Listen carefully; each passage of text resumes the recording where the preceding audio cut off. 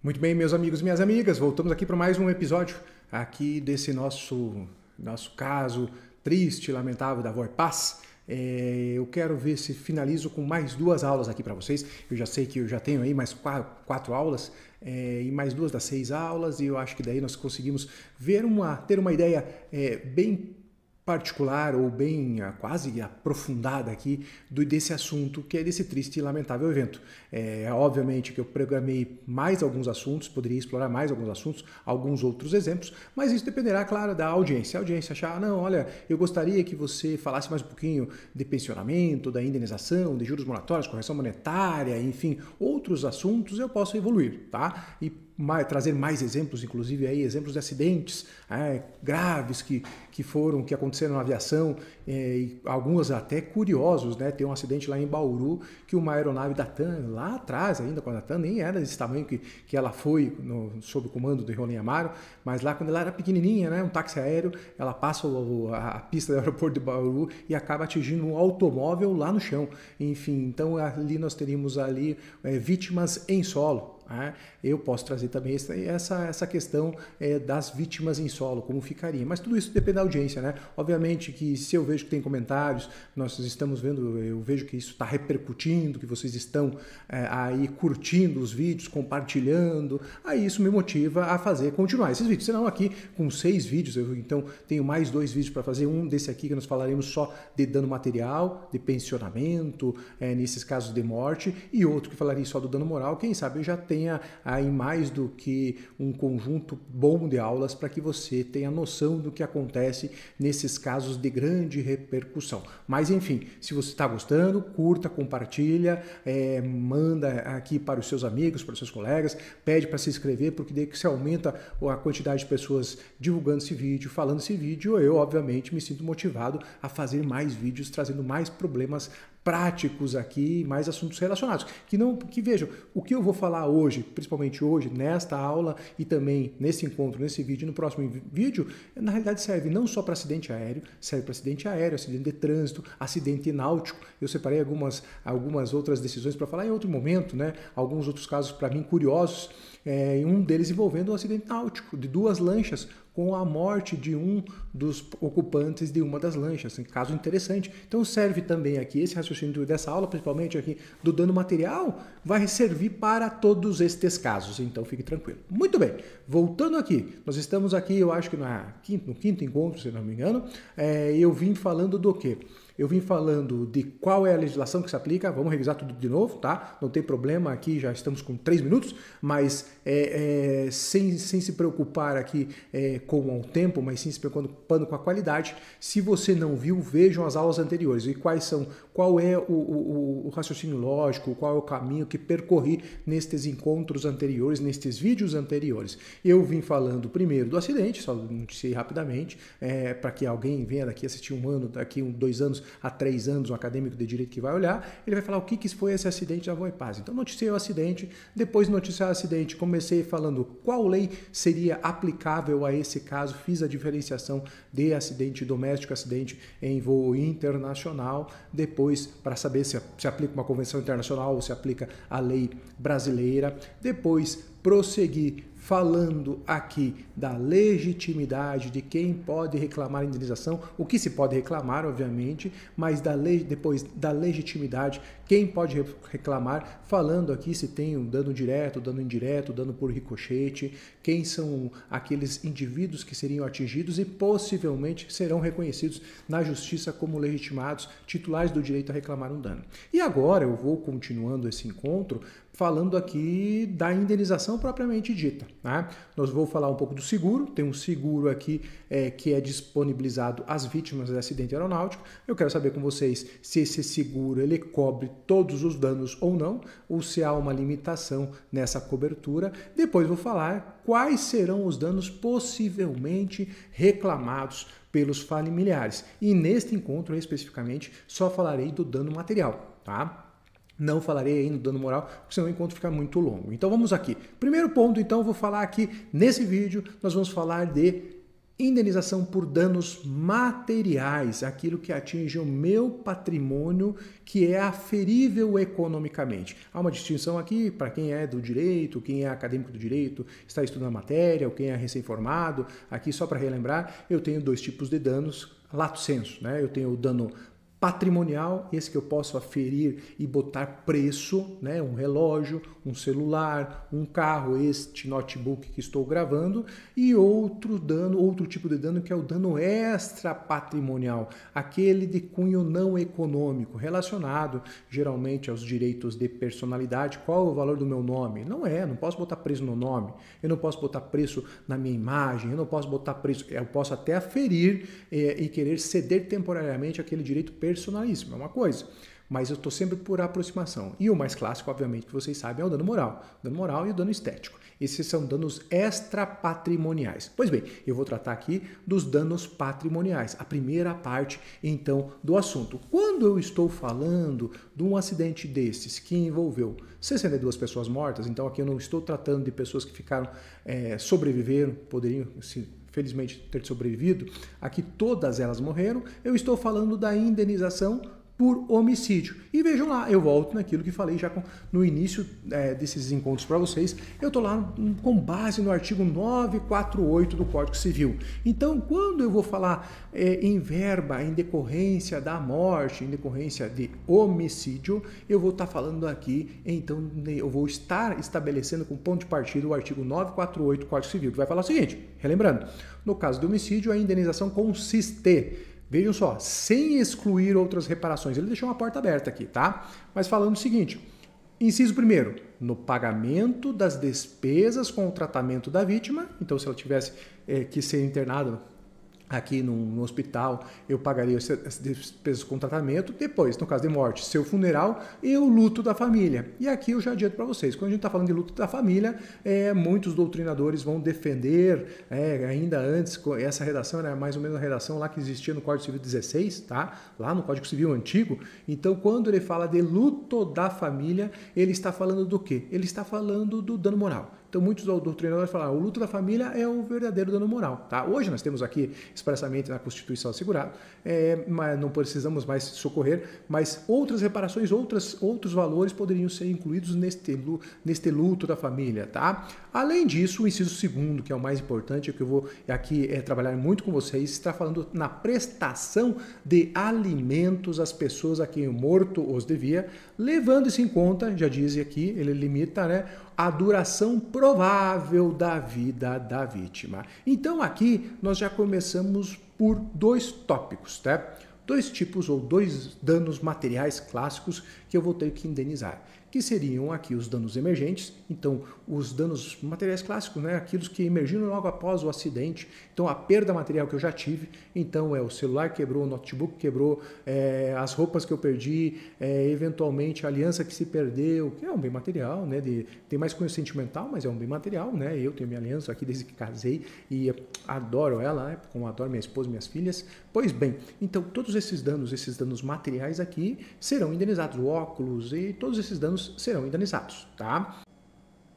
Então, como vocês viram comigo, o artigo 948 é o ponto de partida para aqui o nosso referencial para o pagamento da indenização. E ele vai falar, então, obviamente, de danos materiais aqui e danos também extrapatrimoniais, o luto da família entendido aqui como dano moral. Pois bem, quando eu estou falando de danos materiais, eu posso tratar ou posso ter como os danos materiais aqueles danos dos bens que naturalmente se perderam logo após o evento danoso, que seriam aqui os chamados danos emergentes. Quando eu estou falando do óculos que se perdeu, eu estou falando do notebook que se quebrou, estou falando da aliança que foi perdida, né? Enfim, de todos esses bens pessoais daqueles passageiros, roupas, enfim, que se perderam após o acidente, porque queimaram, porque se foram inutilizados. Todos esses bens serão indenizados pelo responsável pelo dano.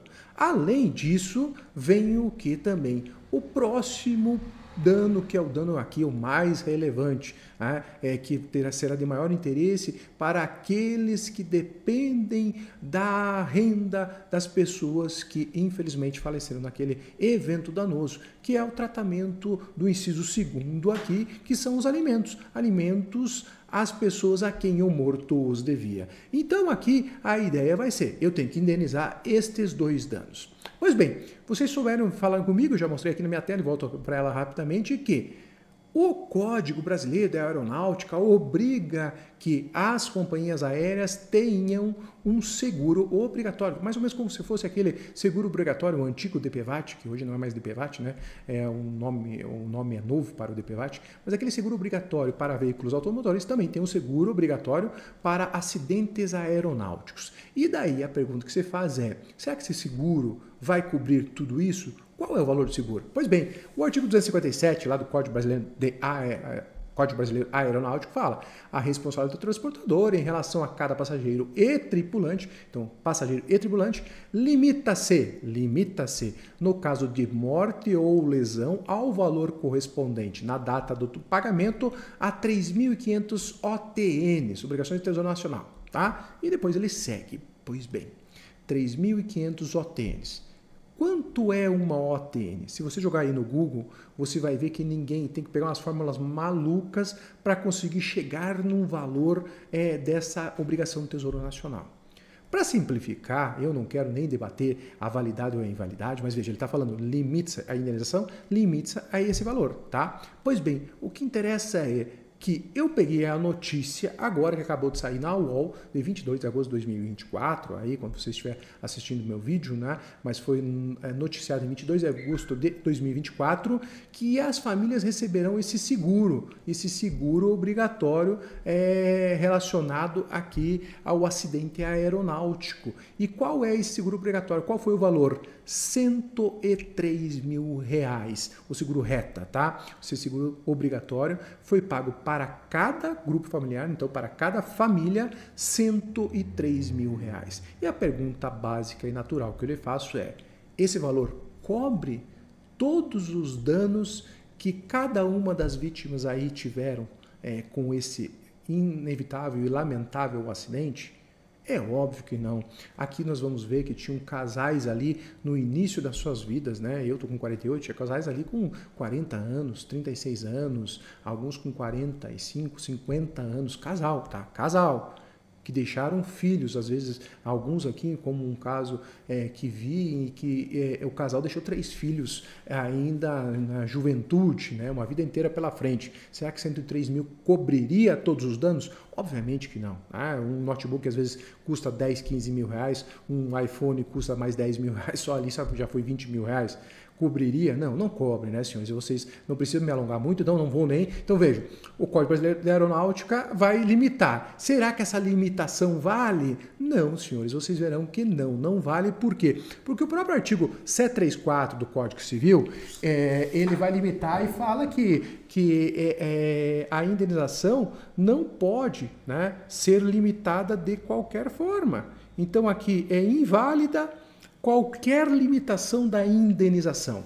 Então, o próprio artigo 734 do Código Civil fala, ó, é ilícita qualquer limitação. E, além disso, obviamente, o Código de Defesa do Consumidor, que vai se aplicar, nós estamos num acidente doméstico, vocês já viram comigo, aqui ele vai falar o seguinte, ó, no termo do artigo 25 do CDC, é vedada a estipulação contratual de cláusula que impossibilite, exonere ou atenue a obrigação de indenizar. E o artigo 51, inciso 1º, também do CDC, vai considerar nula de pleno direito a mesma cláusula. Aí, desculpe, que impossibilite, exonere ou atenue a responsabilidade do fornecedor. E daí vocês vão ver lá o seguinte, ó, vejam aqui, senhores, uma decisão aqui do Tribunal de Justiça de Rio de Janeiro, que se não me engano aqui, essa decisão aqui tá, é 2019, mas acho que a decisão é 2020 ou 22, 21 ou 22, tá? E vai aqui, tá tratando, claro, que um seguro de companhia aérea, mas ele tá falando o seguinte, ó, a inaplicabilidade da hipótese da indenização tarifada prevista lá no Código Brasileiro da Aeronáutica e da Convenção de Varsóvia, tá?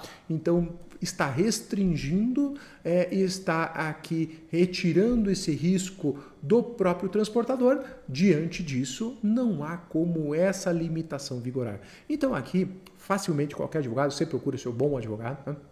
o advogado conseguirá já se adiantar e afastar essa cláusula aí. As companhias aéreas nem vão, suspeito eu que nem vão alegar isso, tá? Mas saibam, obviamente, que às vezes tem um seguro aí, eu vejo muito isso aqui, inclusive fazendo um parêntese, tá? Eu tenho aqui 5 aulas importantíssimas sobre a responsabilidade das empresas de aplicativos de transporte por conta de acidentes também, tá? E lá as seguradoras fazem o seguro de R$100.000 e chegam para as pessoas e correm fazer acordo falando que R$100.000 é o máximo que ela vai conseguir.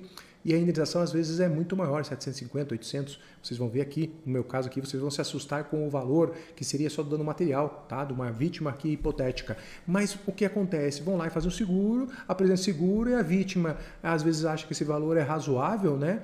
Os familiares da vítima acham que é razoável e fazem o seguro abdicando de grande parte do seu valor. Então aqui um bom advogado vai saber que não, que este 130 mil, 103 mil não cobre nada e mesmo que fosse perto de 1 milhão, também não cobrirá muita coisa, tá? Do dano material com relação a esse tipo de vítima, essas vítimas de maior poder aquisitivo. Pois bem, então fique muito atento a isso, sempre contrate um bom advogado. E não deixe de analisar e ver, vou deixar aqui no card aí, essas aulas de responsabilidade civil no caso de aplicativos de transporte, tá? Se o motorista te xingou, se o motorista te levou para o meio do mato, lá, deixou no meio do mato porque você brigou com ele, se o motorista foi inoportuno, falou algo para as mulheres que não gostam, tá tudo ali, tudo nesse vídeo, mas também dos acidentes graves que acontecem. Tá tudo nesse vídeo, tá? Voltando para cá, então, senhores, saibam aí que essas cláusulas serão reputadas ilegais, tá? E afastadas provavelmente pelo Poder Judiciário diante de uma boa argumentação do seu advogado. Pois bem, continuando aqui.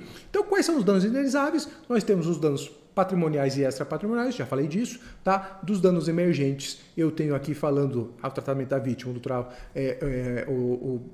as despesas com o funeral e também o luto da família, além de outros danos materiais que já mencionei. E agora eu quero entrar com vocês no ponto mais importante desse vídeo, tá? Que é um dos valores mais altos da indenização a ser recebida pelos familiares. E aqui os familiares têm que ficar atentos para saber se o advogado sabe calcular, se o advogado sabe se defender, se o advogado sabe bem defender a família, até onde é possível fazer um acordo que seja satisfatório para a família e que não cause um prejuízo para essa mesma família. Ok, senhores? Então vamos lá.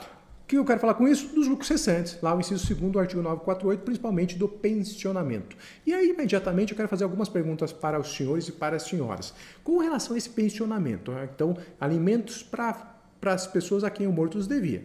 Quem os devia, a gente já viu lá atrás, vai na última aula, o que você vai ver da legitimidade. A pergunta é, com relação aos legitimados, há uma diferença aqui, filhos e cônjuges, só o filho recebe, só o cônjuge recebe, quem recebe? Primeira dúvida. Depois, qual é o valor dessa indenização? Quanto será pago nesse pensionamento? Qual que é a base? E depois, se eu estou em ascensão de carreira, eu posso pedir aquilo que seria na progressão da carreira?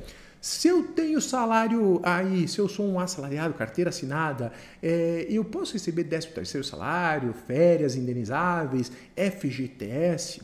Mais ainda, se eu recebi uma pensão do INSS, como é que fica? Eu recebo pensão do INSS, então não tenho direito a receber esse pensionamento? Mais ainda, algumas outras perguntas que eu vou fazer para vocês se não tiver renda comprovada, qual vai ser a base dessa indenização? Além disso, para os filhos, tem uma diferença da idade que os filhos receberão e da idade que o cônjuge ou convivente, né, o marido, uma mulher ou convivente, aqui receberia caso ocorra a morte? Então, são várias questões relacionadas ao pensionamento que você tem que saber para ser bem defendido, obviamente, e o advogado aqui tem que saber para conseguir defender bem o seu cliente. Pois bem, é isso tudo que vamos ver. Comecemos agora aqui, então, senhores, falando aqui do valor do pensionamento. Para falar do valor do pensionamento, vejam aí, eu tenho que fazer uma diferenciação em saber se a vítima tinha ou não tinha renda comprovada. Por quê? Porque se ela tem renda comprovada, o juiz tem que seguir a renda comprovada, porque foi esse o valor, tá? Retirado daquela família com relação ao pensionamento. Então, por exemplo, eu sou profissional liberal, tá? Não tenho carteira assinada, mas todos os meses eu tenho no meu escritório, junto com meus sócios, uma distribuição de dividendos e eu declaro tudo isso legalmente na minha declaração de imposto de renda. Então é muito fácil. Eu pego minha declaração de imposto de renda dos últimos 20 anos e eu tenho, graças a Deus, uma crescente e eu chego no final de cada ano e eu sei, ó, nesse ano aqui eu recebi tantos mil reais a título de dividendos, o que sobrou após impostos, após custos, tudo na minha conta. E eu tenho aqui como eu falar, então imagine que fosse aqui, hipoteticamente, 5 mil reais. Então eu teria uma renda de 5 mil reais comprovada. É essa a base. Se você é funcionário aqui CLT e também tem os seus 5 mil reais declarados, essa vai ser a base. Depois a gente vai falar aqui se é líquido ou se é o bruto, que é a base aqui do rendimento do pensionamento que será pago pelo ofensor, tá? Mas enfim, é essa a base. A dúvida vem depois a seguir se eu não tenho essa renda. Por exemplo, sou profissional liberal, mas não gosto de tirar uma nota fiscal porque não quero pagar imposto e daí não tenho como declarar lá, não tenho uma RPV, não tenho, enfim, uma declaração de imposto de renda para comprovar qual seria o valor auferido por mim mensalmente. Como é que é a base? Como é que fica essa base? Aí complica, senhores. Aí complica. Se eu não declarei durante todos os anos, se eu não tenho comprovação firme, o que o judiciário vai falar? Vai falar o seguinte, é um salário mínimo. Porque esse é o menor valor a ser garantido constitucionalmente. A Constituição deve garantir para uma vida digna o valor de um salário mínimo. Então a base daí será um salário mínimo, tá, senhores? Não será mais do que isso. Mas se você tiver renda comprovada, será então o valor da renda comprovada. E isso então faz uma diferença danada, tá, senhores? Porque imagina que você tem aí um profissional liberal, um encanador, um eletricista, um músico que trabalha na noite, enfim, um profissional aí da informática, só que ele não tira nota para nada. Não tirava para nada, ele ganhava 7, 8, 10 mil reais às vezes por mês, mas não tirava nota. O juiz não pode, infelizmente, presumir quanto ele ganhava, por mais que até ele tentasse. Tivesse um carro importado, tivesse uma casa boa, tivesse isso ou aquilo, o juiz infelizmente não vai poder avaliar e pressupor esses sinais exteriores de riqueza como base para o pensionamento. Então, vai ser pensionado de que forma? Com base no salário mínimo. E o reflexo posterior, tem mais um reflexo ainda, senhores. Se o indivíduo ganha, é assalariado, daí não o profissional liberal, né? Mas o assalariado, ele tem ainda direito aos reflexos da CLT, os reflexos que o assalariado recebe. Então imagine aqui, se eu sou um empregado com vínculo formal, registrado, eu recebo o 13º, recebo o 14º, 15º, vai tudo integrar. Se eu recebo participação em lucros e resultados, tenho por muito tempo recebendo esses valores, 20 anos, por exemplo, eu também vou ter direito a acrescentar isso, porque é uma renda certa que se agregava ao meu salário. Além disso, além do 13º, aqui que é o natural, o 14º, 15º em alguns casos, eu também vou ter aqui aquele terço de férias, também vou ter aqui o direito, inclusive, à participação do FGTS, que foi uma perda, porque se eu tenho lá um direito a depositar o FGTS e no final sacar esse FGTS, correto? Então tudo isso é perda. Então eu vejo como é importante ter essa base. Eu vejo muito advogado, às vezes, ajuizando a ação só pedindo salário. Às vezes pede salário bruto, não pede salário líquido. Às vezes é profissional liberal, não faz prova. E até teria como fazer prova, não faz prova. É uma bagunça. E daí, infelizmente, vai pelo salário mínimo. E se você aqui, às vezes, tem renda comprovada, tem CLT, mas não consegue, não adverte o juízo e faz o pedido só do salário, o juiz está limitado, tá? Vocês vão ver que o juiz não pode ultrapassar o pedido. Tanto é que, às vezes, tem uma expectativa de vida, vocês vão ver uma jurisprudência antiga que era de 65 anos, que já está ultrapassada. Hoje, caso de mulheres aqui, é 79 anos, e o indivíduo faz o pedido só copiou uma jurisprudência besta lá, antiga, né? Não besta, valia para aquela época, mas aqui antiga, que era de 65 anos, e ao invés dele pedir os 79 anos, ele pede 65. O que ele deixou ali? 14 anos de remuneração fora do pedido. Olha o prejuízo que esse advogado causa para o seu cliente. Então, muito cuidado. Por isso que eu sempre falo, procure um bom advogado.